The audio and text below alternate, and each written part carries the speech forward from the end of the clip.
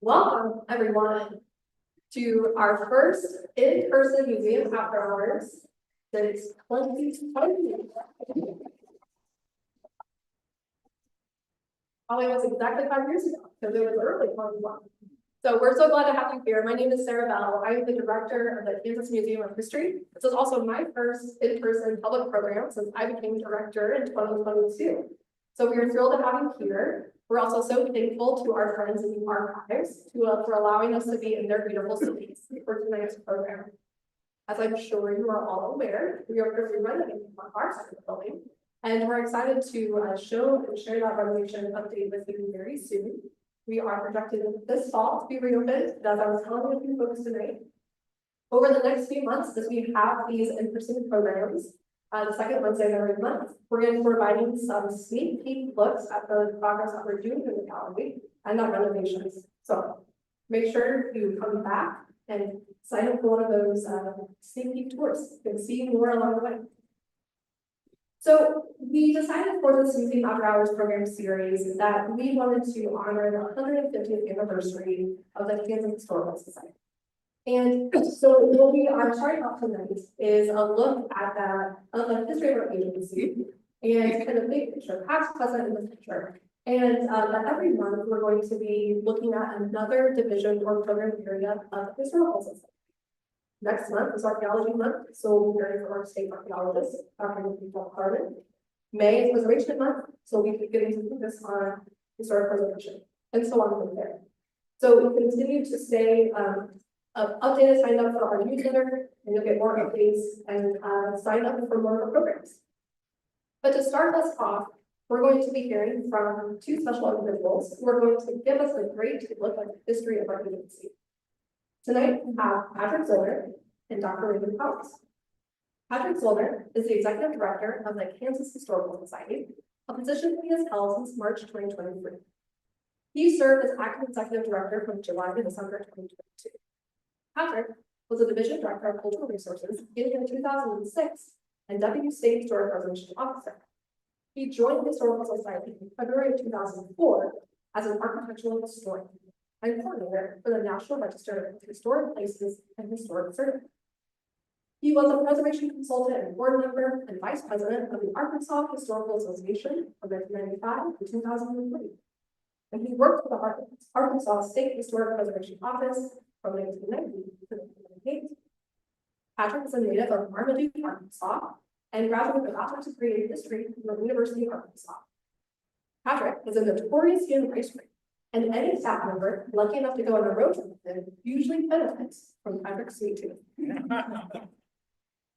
Now, a native of Go County, Kansas, Dr. Ramon Powers served as the Secretary, Executive Director of the Kansas State Historical Society from 1988 to 2002. During his tenure at the Society, the new research center was constructed and connected to the museum building located on the northwest side of the Toledo. Under Ramon's leadership, the Society expanded its educational programming and secured funding for extensive improvements at its historic sites around the state.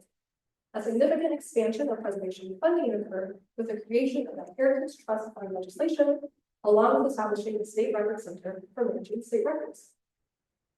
Ramon received a BA and MA degrees in history from Fort Hays Kansas State College, now Fort Hays State University, and a PhD from the University of Kansas. He taught in KU's Western Civilization program at the University of Missouri Kansas City and at Haskell Indian Junior College, now Haskell Indian Station. Subsequently, Ramon worked with the Kansas Legislative Research Department before taking over the KU. He has researched and published articles on the Plains Indians and Asiatic cholera in the American West. He co-authored with Jim Baker, The Northern Cheyenne Exodus of History and Memory, published by the University of Oklahoma Press in 2011, and of Denise Lowe, Northern Cheyenne Winter Art by Fort Robinson Breakout Survivors, published in 2020. In retirement, Ramon engaged in several history-related projects, including the preservation of the Black Jack Battlefield and Nature Park in Douglas County. Most recently, he has helped create the Kansas Oral History Project, which has collected, preserved, and made accessible more than 125 oral histories of Kansas. Ramon enjoys reading, pickleball, and gardening. Ramon and his wife, Edla, have traveled extensively in Asia, Africa, South America, Australia, and Europe. Who jumps? They have 2 daughters, 4 grandchildren, and 2 great-grandchildren who live in Topeka and Manhattan. 2 in Chicago and Tulsa, and the others in. So please join me in welcoming Patrick and Raymond.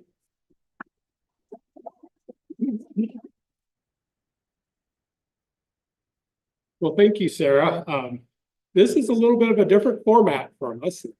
She said, hey, it's our 150th anniversary. How about this? That's great.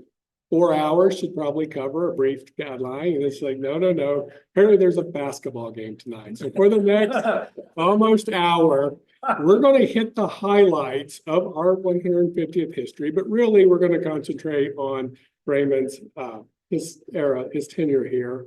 And so back and forth, as I told someone coming in, this is pretty well unscripted and unrehearsed, but I think we're going to have some fun with this.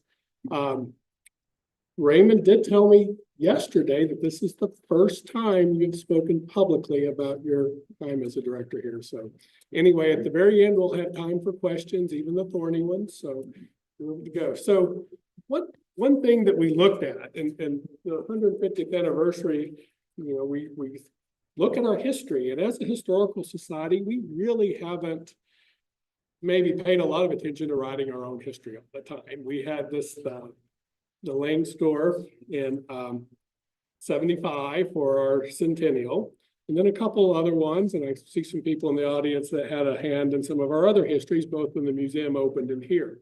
So one thing is we wanted to do research for a book project for our 150th. And so we're looking at it from different ways, and so we're going to hit some highlights. We were founded in 1875 by the newspaper and editors organization. And they met in that building, the Commonwealth Building in downtown Topeka. We typically jump straight to Franklin Adams, but he was actually the second secretary. And so Floyd P. Baker, 1 year. And so yesterday we weren't talking anything. We have a staff, and Bobby Athan couldn't be here today, but doing some research, found out that while he was a little bit of, in today's, we might call him sketchy, it's his newspaper, he introduced a lottery game, which was, he had detractors claim that was fraudulent. But then the real kicker was in 1983, well after when he was secretary, but he was president of the Historical Society that year, he was engaged in a duel. I didn't realize we had duels in Kansas with another competing editor. Friends asked the governor to interfere, who refused. 30 paces, Navy revolvers. They both shot, missed, but the poor referee's dog had his tail shut off. At that point, they sobered up and decided that was a bad idea. So that's just a little glimpse, nothing about our history, but shows what we're finding looking back at our past. So really the father of the Historical Society was Franklin G. Adams, who was appointed in 1876 through 1899. And Raymond, I know you've done considerable research on Franklin. So tell us a little bit about it. I hadn't heard that story. Right? Well, yes, Franklin Adams is kind of, to me, the beginning. I'm working on an article on Franklin Adams, and so I'll give you just a little bit of background on him because he's an interesting character. He came to Kansas, well, first, he was born in northern New York, but he was really a New Englander. He dates back to Henry Adams, who came to America in the 1630s with the Great Puritan Migration. So he descends from the Adamses, and I think his grandfather was a cousin of John Adams. So it's that line, Adams, that he descends from. From there, they go from northern New York into western New York around Syracuse.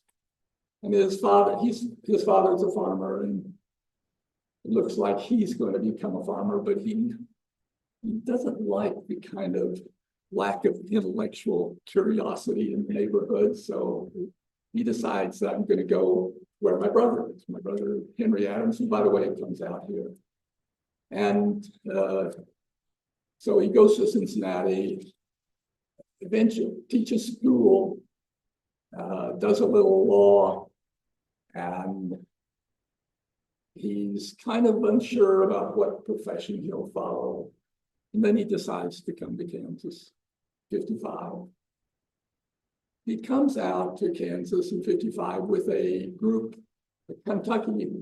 Often these groups that come out to Kansas come as groups. These were some Kentucky guys, and he and his brother joined this Kentucky group. They settle around Manhattan. He's just interacting. He goes back home, gets married, comes back again. He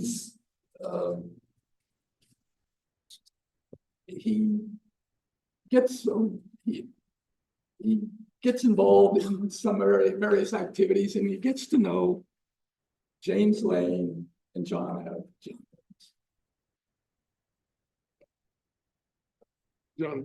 John Brown, yes.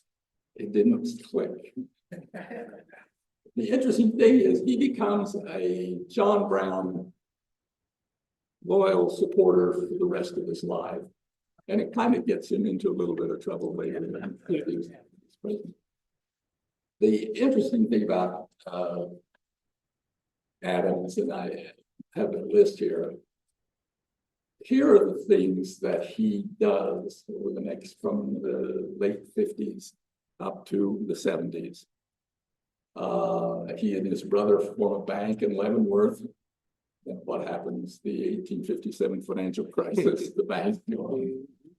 He and his brother do purchase the Squatter Sovereign, which was an anti-slavery or pro-slavery newspaper, and they make it anti-slavery. He was elected judge, a probate judge in Atchison County, and so everyone calls him after that, Judge Adams. He was a delegate to the Leavenworth Constitution. He was in the registrar of the land office over in the Compton, and then here in Topeka. He was a Indian agent to the Kickapoo tribe. Then he goes up to Waterville. This is in 1870, kind of a little further out in Marshall County. And he edits a newspaper, writes a homesteading guide for Northwest Kansas of 312 pages. He opened the Adams Hotel in Waterville, lost it in the financial panic of 1873. And then he decided to farm, and that's when the grasshoppers descend. So he decides to go to Topeka and clerk for the legislature and works in the treasurer's office in the state house. And in the auditor's office, that's where they were going to keep the books for the new historical society that had just been formed. And so he decides to join the group, and they make him secretary. I guess the conclusion I have is he hadn't been very successful in anything at this point in his life. But turns out he becomes a very successful historical society.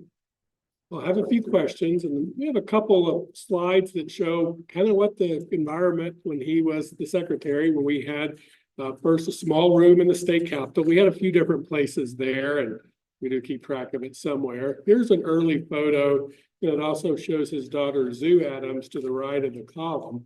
And she was, his mainstay and did a lot of the work. But you mentioned that about the anti-slavery newspaper and becoming a John Brown loyalist or fanboy, as they say today. Yeah. Didn't that, though, hurt the society early on, and that our collections, like with Judge LeCompte, that he refused to donate them here because of his bias? Mm-hmm. Oh, yeah. Yeah. John Brown's looms high over this state in some ways. Obviously, the mural down at the Capitol. But he was extraordinarily popular in some circles. In fact, there was a kind of a business group here in Topeka of people who met periodically. They had been friends of Brown. Right? So there's that side of him. I kind of look more positively at his position on Brown, he becomes a friend of the family. And Mary Brown, his wife, who's living in California, comes back and stays with them. And that kind of, and Well, and we received donations, and that's my next Yeah, thing. As our history relates, he was involved with several important milestones. In 1879, we were named a trustee of the state. Yeah. And that was a very unique relationship shared with some other institutions, societies in the Midwest. He also started the membership program that we still have to this day. And the material collections, not just newspapers, not just publications. He started collecting artifacts, including, got a list of a bunch of them, but old Kickapoo, mentioned the Kickapoo, we have that. I think, well, here's an example of the early, it's what the museum looks like. So we're going exactly back like that, right? In the new museum. So, so several important milestones occurred during his tenure.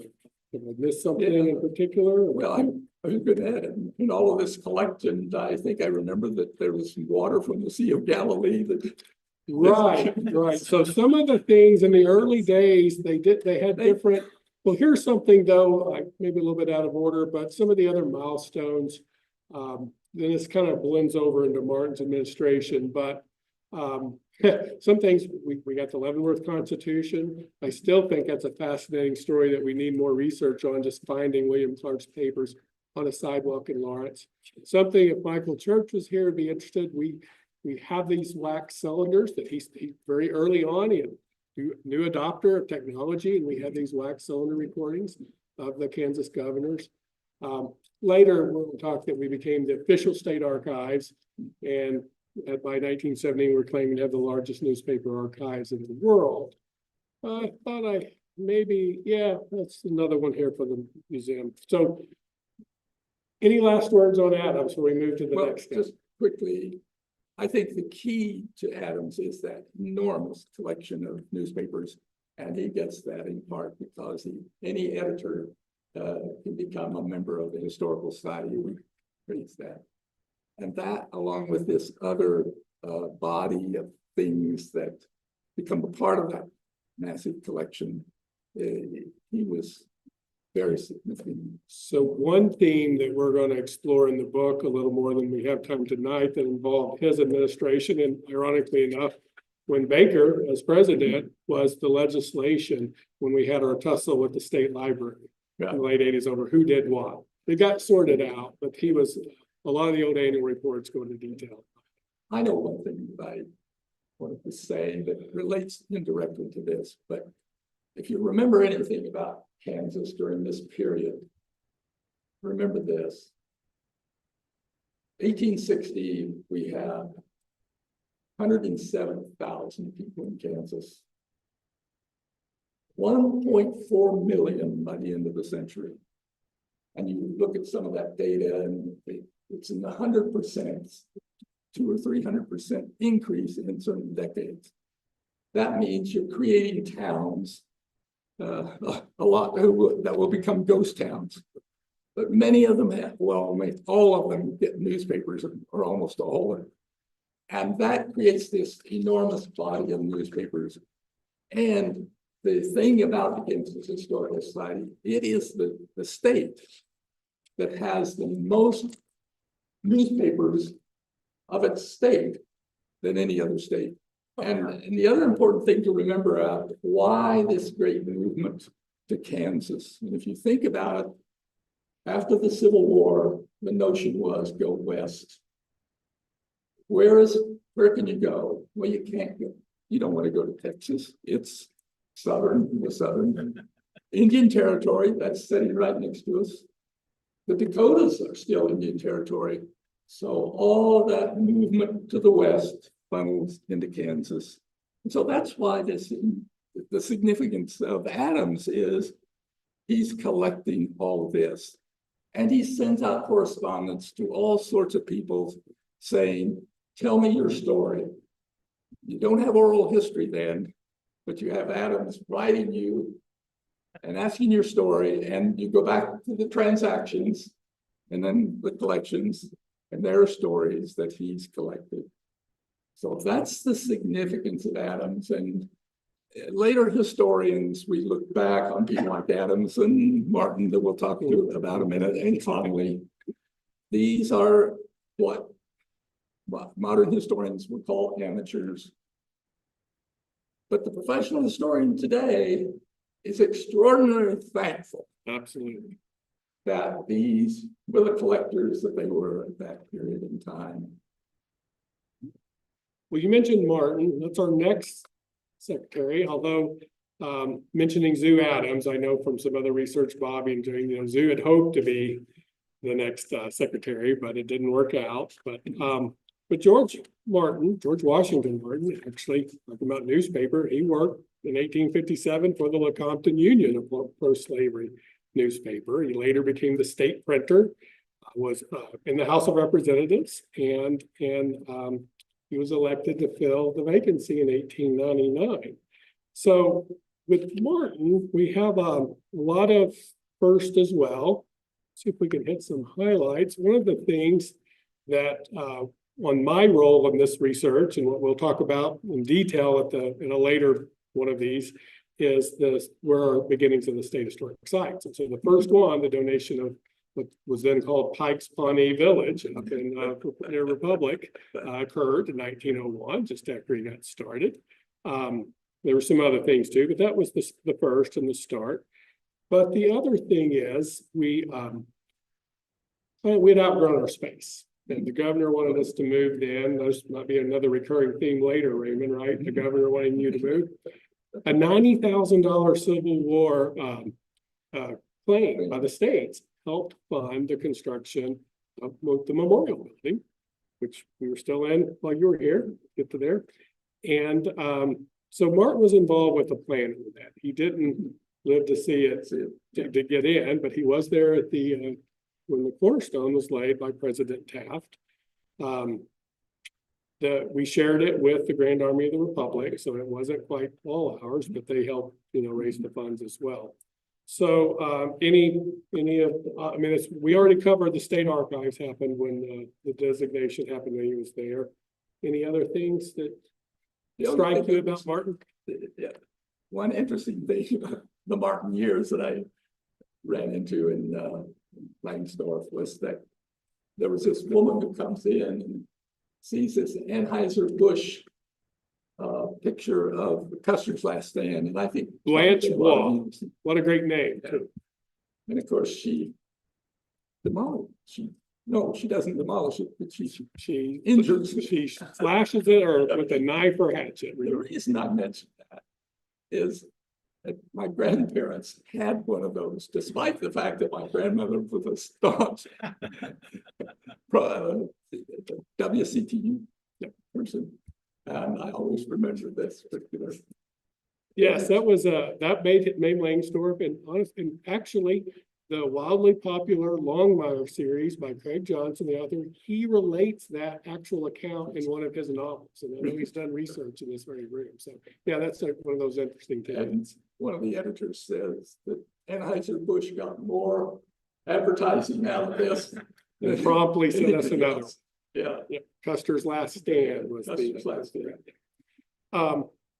So Martin didn't get to see it. Here's the construction of Memorial Building.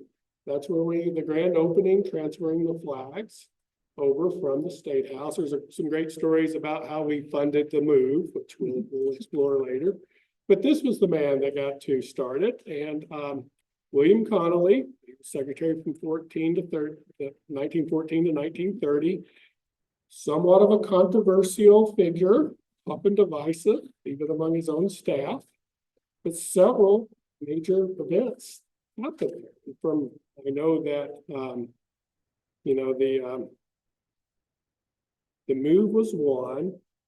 As far as the state historic sites, which up until 27 basically consisted of Pikes Pawnee Village or some other things that were state property, but we didn't have an active role. But he really goes to bat on two projects. Oh, well, here's what the museum looked like while Connolly was there. This is the fourth floor, our nice art gallery on the back wall. And we often call the old curiosity shop. We talked about the water from the Sea of Galilee. Well, we had a stuffed reindeer. And I don't think that's still there, right, Sarah? It's not going in. I think the penny farthing bicycle against the wall is going to be back in there, though. We also had things like the Goss bird collection, right? That didn't quite fit with us, but that's when under Connolly we got that. Later moved to KU in the 70s. But this actually was started in 1901. A certain stone building in the town of Pawnee is how it learned. We got a revocable license from the federal government. This was the first territorial capital, the 5 days in 1855, which I think would make a great title for a movie. But without going into all of that early history, we had it, but it looked like this up until 1927, when Connolly convinced the Union Pacific Railroad to fund it with $25,000, and then I believe the state kicked in some. So then that became a staffed state historic site. And back then there was a big deal. Union Pacific ran special trains, governor spoke, all of the pageantry. The other major thing happened in 27 was the acquisition of Shawnee Indian Mission, which is still in the news to this day. And it went to a lot of effort for that. You know, this was the oldest buildings in Kansas, short of the one building at Fort Leavenworth, the Rookery. It was the Indian Mission founded even earlier, opened on this site in 1839, closed in 61. It was also important to state history. The territorial legislature, after they left, well, actually they were here and then went to Pawnee, came back to here, passed the bogus laws. Governor Reeder had his office, first in the West Building, then the North Building. It was a supply stop for both the Oregon Trail and the Santa Fe Trail by virtue of its geography. And it served as a field hospital for Union and Confederate injured soldiers after the Battle of Westport. Union troops would say, so a really important role.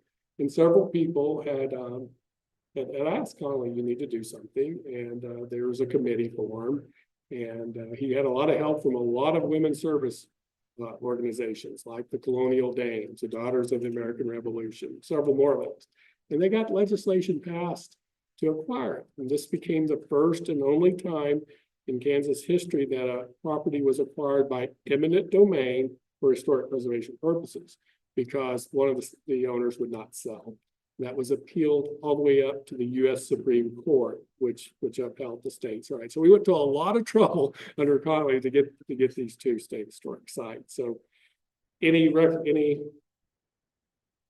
observations you have about that? I know reading in Langsdorff that when he left, that there were some people, you know, sad about using state resources for personal projects, things of that nature. So, yeah.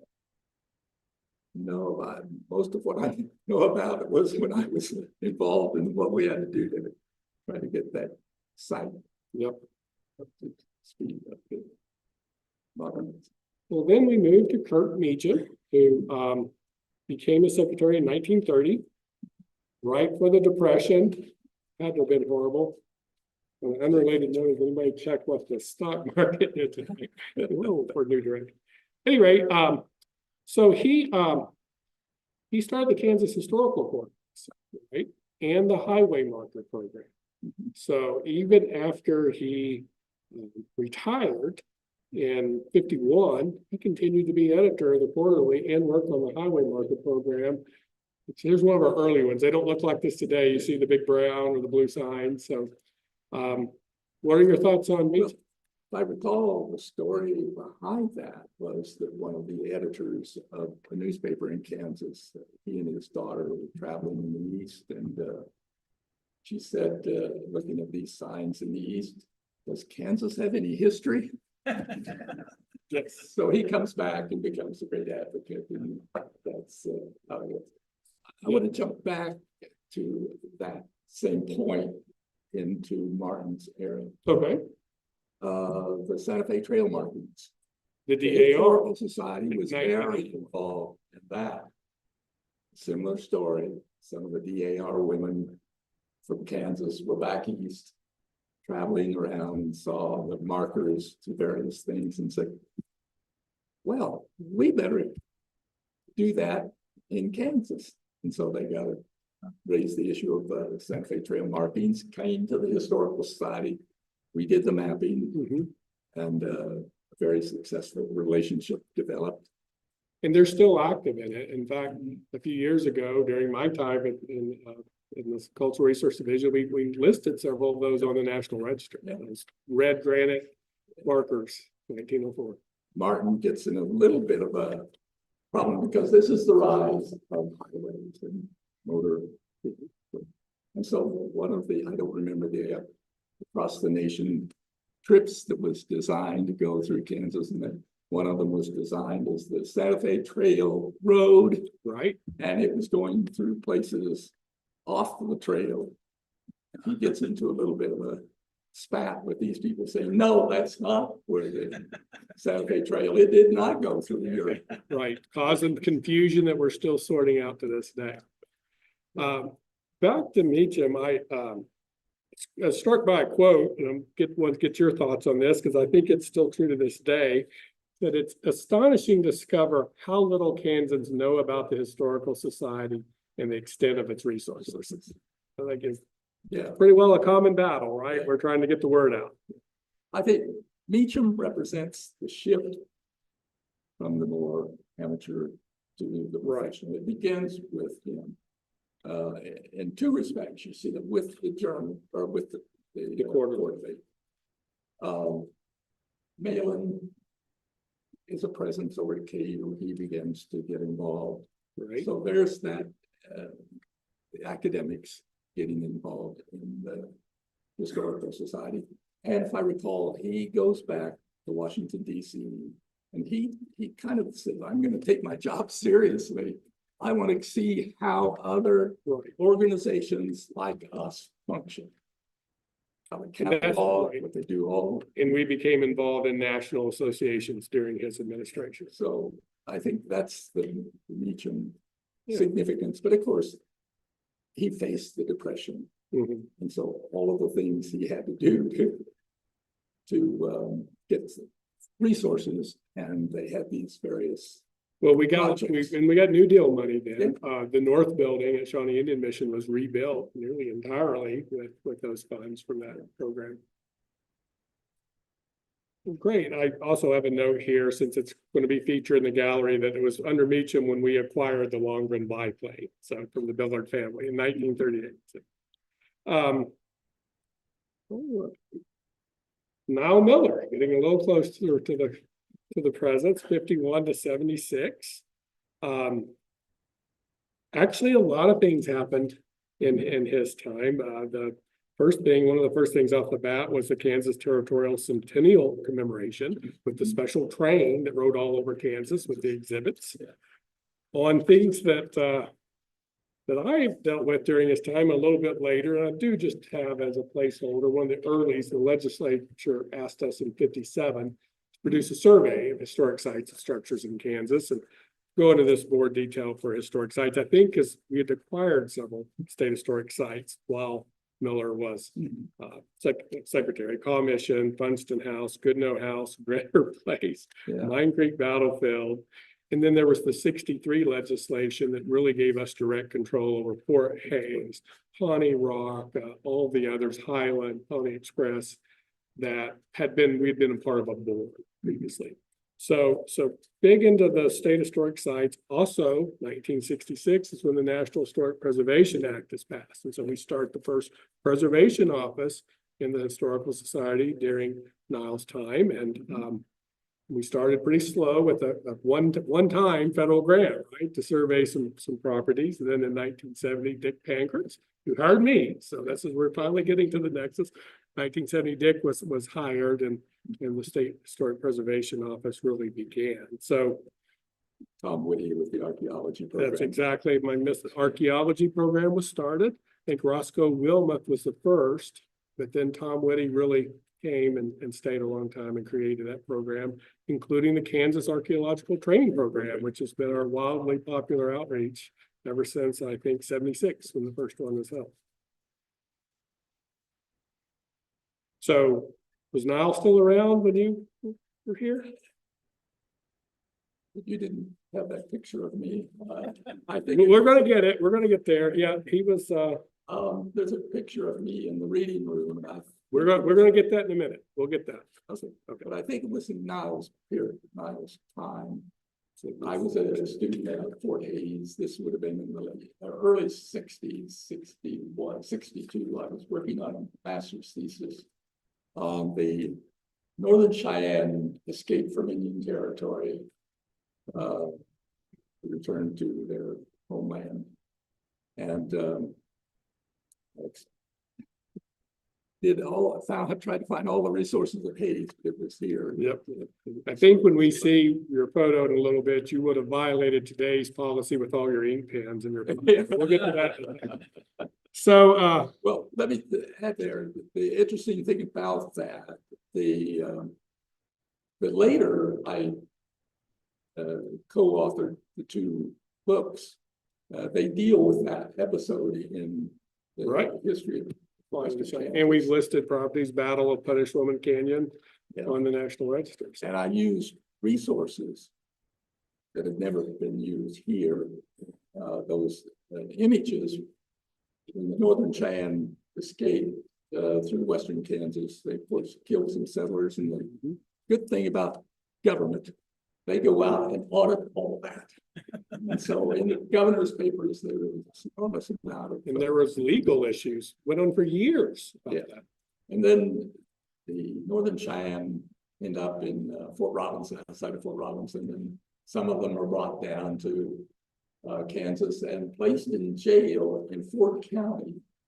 And while they're in the jail in Fort County, they do 4 little booklets like that of ledger art. 2 of those are here. The other 2, by the way, are in Norway. But that's another story.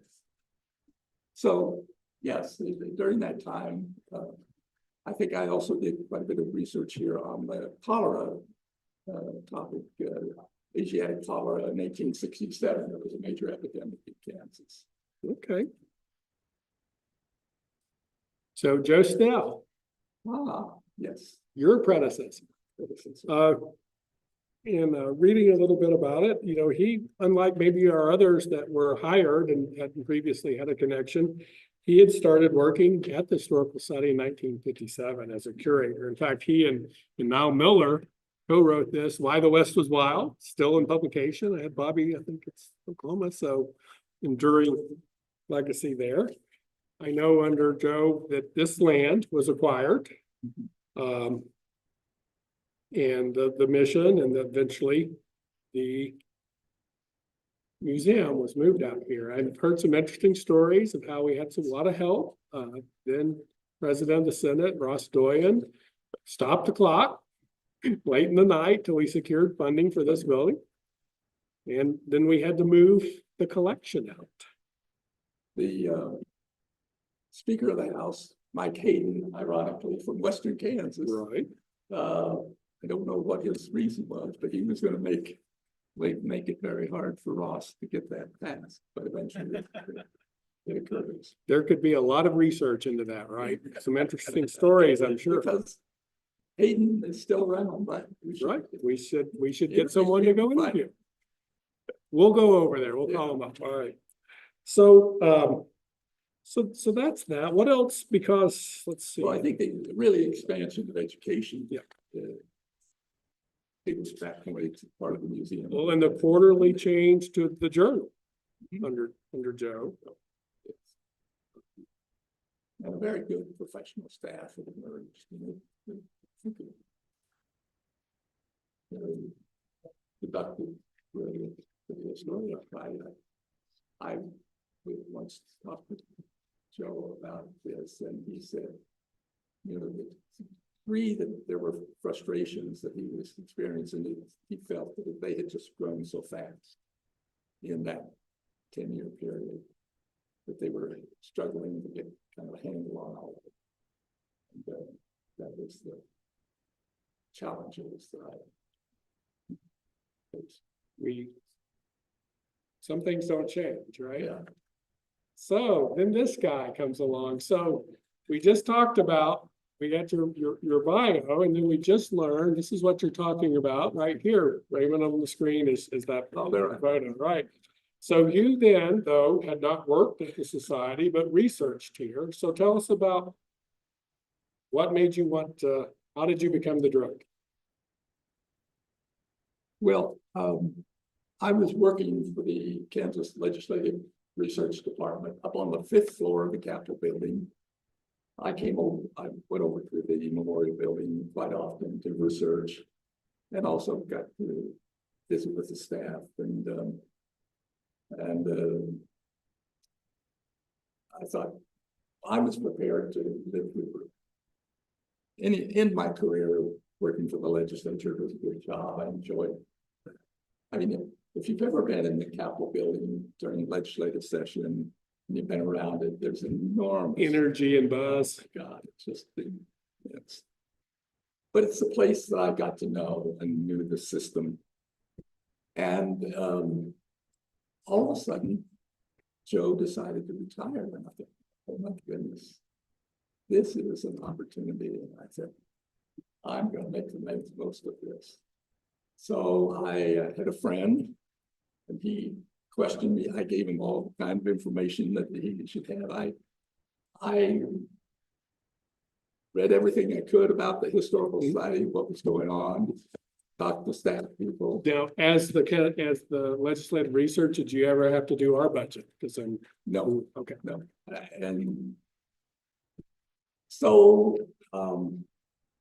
I was all primed to be a candidate, submitted that. And interesting thing, I'll do a little insight here for a moment. That's what they're here for. We want the inside. There were, of course, a large number of candidates, and they narrowed it down to 3 or 4. And so I came out here to an event expecting to hear about, and I was pretty sure I could be, well, at that point, I guess I knew I was among that group. And I came out here and they didn't do any more. I was identified as the one without any further. They were going to re-interview, and they didn't. I was that, and I was delighted. Well, that's quite a bit different from my process, but we're going to get to that later because at the end of your tenure, things change. So, well, let's start. So you come on now. Was there a little bit of time where you were the associate director? Whatever I was there for about 3 or 4 months. Was that like an apprenticeship or something you had to work into? Apprenticeship. Okay. Of course, I knew the ropes, and the interesting thing about it, as you well know, a major thing you need to do is down there. And in fact, I suspect one of the reasons I was hired was that I knew the ropes very well. The president of the Senate submitted a letter on my behalf, so There you go. that's why I was more fairly confident that this was something I could do. And so I went with Joe. I think there was a session that we got together, and we talked a lot, and Joe was very candid with me. He was aware of problems, and so I was ready to do what needed to be done, and felt very confident. Great. So where do we start? Because you have a lot of the milestones in our history. I know, do you want to start with, because one of the things you did pretty quickly was reorganize our structure. I think I listed here that I started there was administration, archaeology, archives, manuscripts, library, historic preservation, historic sites, museum. And I think there were a couple other people who reported to me, plus the private society. Right. And I said, wait a minute, let's see if we can get this better organized. And It's not like there were any turf battles back then, were there? hardly. Well, let's jump ahead for just a minute. Sure. So you kind of understand how the Historical Society is governed or was. And we'll get back to it at the end. Yes. I was hired as the secretary of the Kansas State Historical Society. I was also hired to be executive director of the Kansas State Historical Society, same name. The one is a private corporation. The other was a state agency. It was, in a sense, funded by the state as a state agency. Well, yeah, let's do jump way back to Franklin Adams, because Adams has a very interesting piece in one of the publications back in the 19th century. He said because there were two major models for historical societies. One was the private corporation. Virginia Historical Society is a private corporation. New York is a private corporation. Who was major, a number of the New England ones, they were private corporations and they ran the history business. Heavily funded by private donations. Yes. As historical societies merged out in the Middle West and the West, that wasn't going to work. There are not enough, what is the term? Affluent Men of prominence and I think that's what it is. to do that. So we'll use that old model and we'll have the state come in and support it. So there became this kind of agreement between this corporation and it's in the statutes. The statutes lay it out, but this is a private corporation and it's going to run this agency and then they will support it. So that model from the 19th century continues up to my time. Now, it was not only for the historical side. You remember the old Highway Commission, the Ag Department, right. Agriculture, I don't remember the name of it. All of those. So there'd been this history. Well, of course, there had been problems over as the state urbanized. The urban people said, hey, we can't have the Agriculture Department run only by the farmers. And with the Highway Commission, of course, everybody's interested in highways and they don't want this highway board, some kind of board running. So they had made those changes over the previous years. So we were hanging out there as the one that wasn't like that. But okay, get back to where I started. We'll talk about this again in a moment. So how did we come about our divisions? How did you reorganize all of these separate departments? Oh, we have what we have today. Well, I'll even give you the names. David Howery was the assistant director. Dick Pankratz, cultural resources, archaeology, preservation. Jenny Chin, education and outreach. Terry Marmatt, historic sites. Pat Michaelis, library and archives. Bob Keckeyes in the museum. Those became the divisions. Originally, I think we split off to create two of those. I think sites was with the museum for a while. Kind of always the stepchild is what I've gathered over. And of course, what happened is any of you were around at the time, you realized that when the society created and funded the museum, that was a state-of-the-art museum. It was among the first of those new museums created in this post-war period. And so an enormous amount of funds were put into the museum. I was asking earlier about, is there about a certain position over in the museum? It had all of the specialties that you needed to have a really good thing. Well, that was pulling all the resources in this direction. And you can't imagine what people over in these other divisions were saying. So basically, we had the museum out here and stuff, and the rest of the staff was at the memorial building. I had a slide that I pulled showing them had to put a new sign up in front of their Center for Historical Research. So how did we end up in this building, which is under your administration? Oh, that is the most interesting story. I'm the new director. I'm about, it's my first full session down at the Capitol, and it was early in the session. And this fellow whom I knew, Ed Flingy, was working, he was Secretary of Administration for Governor Hayden. And I walked into his office and I sat down and he said, well, here's $5 million. You go build a building, bye. We want you out of the I memorial. want you out. And it was a very short conversation. And I go back over and talk to Terry Marmon, background in architecture, and just really knows all of this stuff. And he's shaking his head. We can't do that.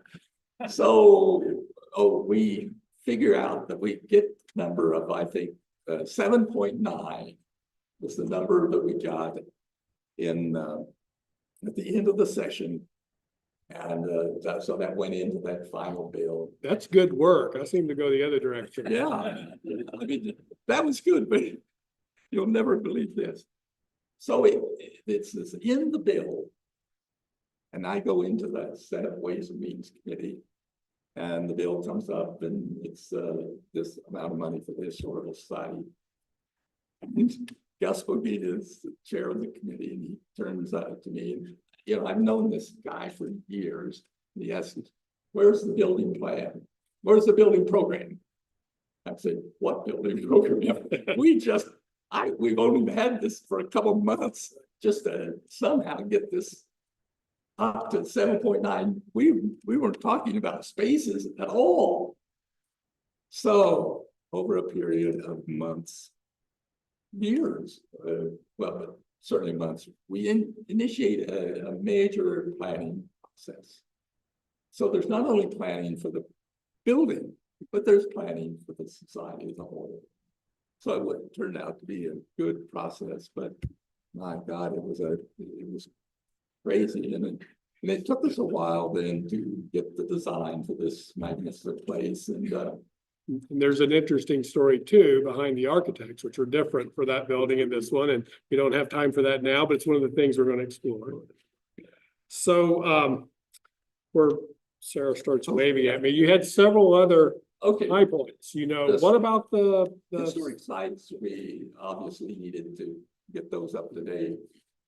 Worked on that. I want to make one comment. Kansas did not have a centralized records program. It had a records program dating, by the way, almost to Martin's time. Okay. But nothing was done.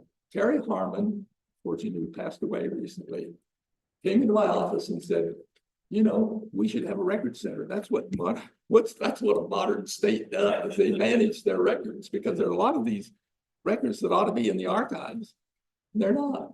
And so we got that passed. And the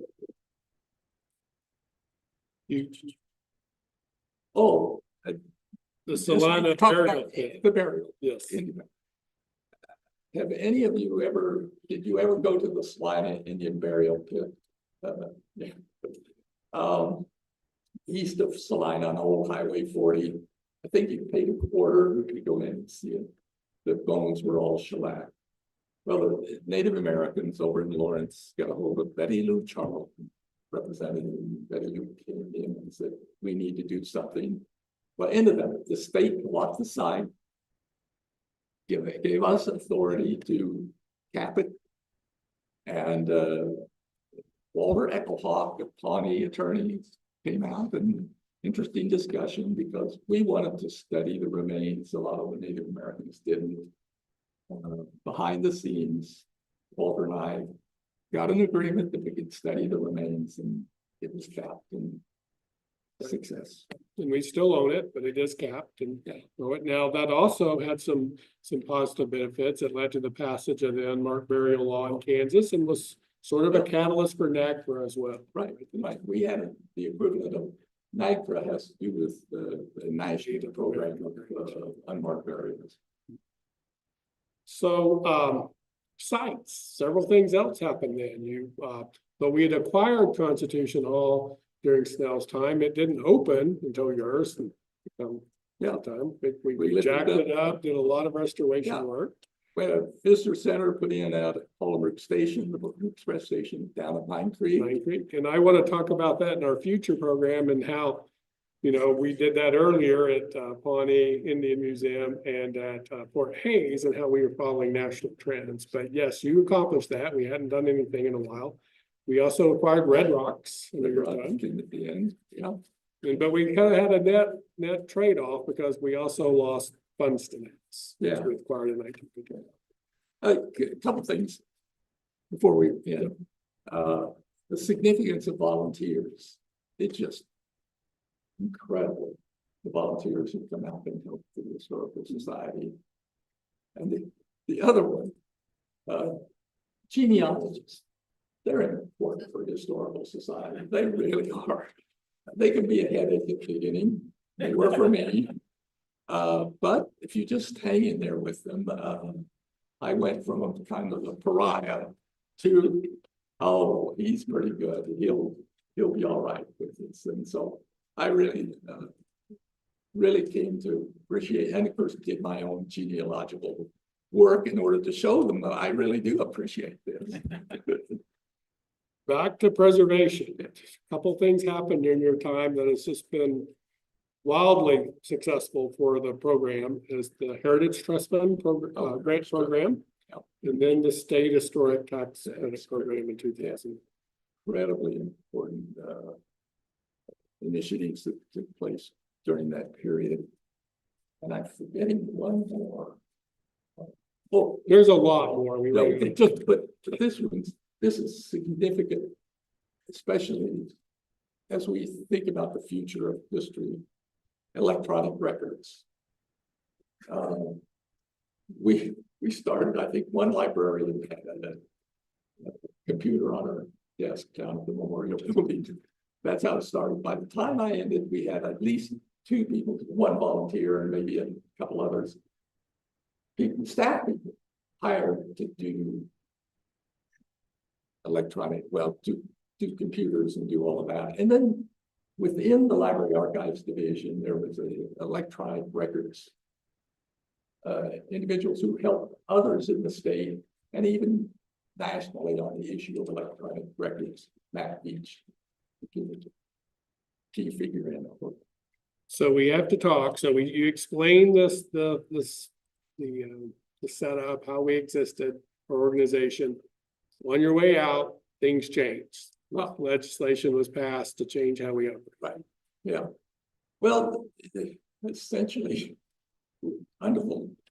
Even the Attorney General was saying, "You can't do that. You can't have a bunch of people running a state agency."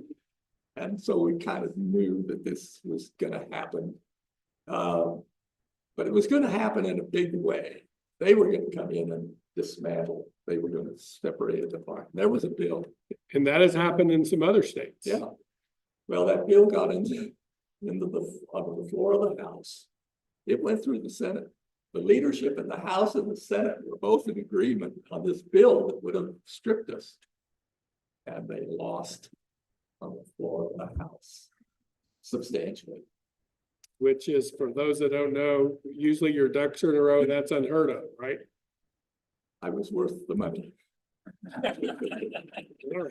So, and that led to the system that we have today, where we have a separate organization, and that's called the foundation. Is make this, because you said the names were so similar, that helps. But we work together. Yeah, but the key is that the private corporation still has a role. Yes. They recommend 3 people to the governor. Now, there is, of course, as you mentioned, senatorial approval, but that's preferable to what is in many states, this separation of functions. Right, and you'll have the archives in one department, the State Historic Preservation Office in another, and we're still that one-stop shopping for history here, right? Very, yeah. So, well, to finish it up, I know thank you for patience slightly over time. I do want to mention that between you and me, we had Mary Ullman for a couple of years, couldn't find a photo, but then someone who is dear to both of us, who worked for you, and I worked for her. Jenny Chan was the director. We don't have time to go into all of her accomplishments, mainly to know she set everything in motion for this new gallery renovation. So Jenny was my predecessor. So that's got us here, 150 years worth in just over an hour. So are there any questions? We do have a microphone. Craig does, if you have a question. All for Raymond.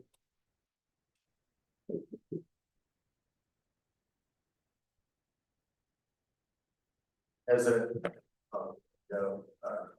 first of all, thank you also for all the trails that are awesome. One of the early slides said William Clark's papers were found on a Lawrence sidewalk. I'd like to hear any backstory. It was a secondhand bookstore in Lawrence. And Adams goes over there. Yeah, it's Adams. Adams goes over there, sees them, doesn't have enough money. And he has to come back here. I don't know whether he got them to hold them for him, but he was anxious about getting them. But yeah, I mean, to have this, 27 Super volumes valuable. of papers of, yeah. Very valuable part of the collection. So I've got a question. Yeah. Okay. Were those his core discovery journal? No, these were, he was superintendent, he was Indian superintendency, to use the word, out of St. Louis. Yeah. Yeah. Yeah.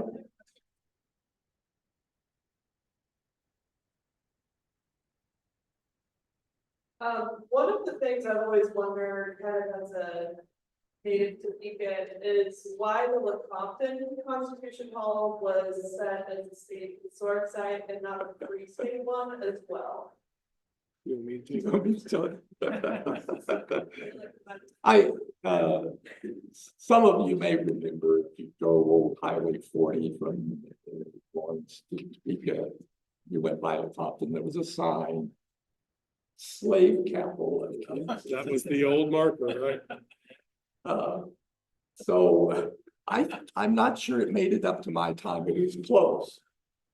And so I don't recall the situation that led to the acquisition of the Compton. But I mean, but there was some, we were involved, because I remember we got some negative feedback. We said, hey, we're not going that direction. You need to understand, this goes. We're going to tell a different story. And we've had a very interesting, I had a very interesting relationship with the person who had a major role and still plays a major role with the Compton, because that person was a headache. But we did what we needed to do. It's a very good site. Really, I liked what Dan Rockhill did. Yeah, and the interpretation there tells that story. It's no longer it's portrayed on about what happened there. But it was basically because at the time, just to add, the one here in Topeka, if you know, was buried within a later alteration. So it had a 1920s storefront on it. And it was just a lot of work from the group here that basically has uncovered that building and restored the facade. So at the time, there wasn't a there, whereas Lecompton, the building itself, in its own right, just if nothing else had happened there architecturally, it's significant too, because it's the oldest, I believe the oldest frame building in Kansas, and it's unique in that way. But it was the pro-slavery legislature. Yes. That over there. But you said like with Adams working for the land office, that was in that building. Yes. Question about Adams, he's a very interesting character. He was sort of a jack of all trades, it sounds like, and he did all kinds of things. I think you said he was a judge. Yeah, probably judge. Do you know what kind of formal didactic education Well, he had? he took some law courses in Cincinnati. And in those days, you could read for the law. And I don't think he ever graduated from any college well, he didn't. He really regretted getting a college degree. all his life. And, that bothered him, but everybody called him Judge Adams.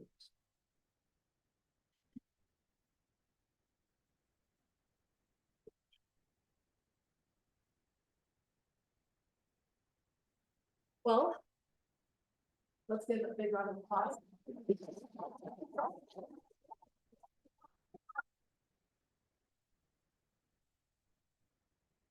Okay, I hope that you all join us next month. I don't have the exact date, but the second Wednesday in April, we'll be back here and be listening to a talk by Dr. Nikki Carmen on the history of our archaeology program. So thank you so much for being here tonight. And Rock Top